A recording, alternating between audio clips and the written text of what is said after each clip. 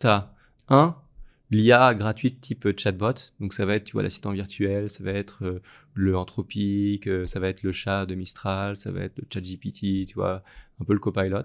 Ensuite, tu as la solution d'IA clé en main sur étagère. Ça, l'idée, c'est en fait, ça va venir s'intégrer dans un process existant et l'optimiser. Donc ça va être, tu vois, un truc qui va, par exemple, répondre automatiquement aux demandes de réunion sur tes mails, tu vois. Ça peut être plein de choses, tu vois, qui vont améliorer des tâches un petit peu du quotidien. Ça peut être, je sais pas, le robot qui fait le ménage automatiquement grâce à l'IA, tu vois.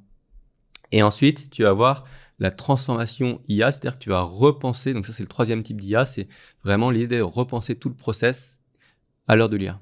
Tu vois, et donc ça, c'est typiquement la maintenance prédictive. C'est avant, tu avais un train qui commençait au moment où le train commençait à être usé, bah, tu avais des premiers signes de faiblesse, et puis tu l'utilisais, et puis au bout d'un moment, il pouvait plus rouler, il fallait l'amener, tu vois, Hmm. aux réparations. Et maintenant que tu peux voir un tout petit peu plus en avant, grâce aux données qui sont remontées par le train, le fait que le train a besoin d'une maintenance, et tu peux venir faire la maintenance du train lorsqu'il n'est pas encore, tu vois, enfin, lorsque les réparations à faire sont plutôt mineures, et du coup, ta maintenance va être plus rapide. Hmm. Et du coup, tu vas avoir plus de trains en circulation parce que tu vas avoir moins de trains qui seront en maintenance grâce au fait d'avoir un peu repensé le process à l'heure de l'IA.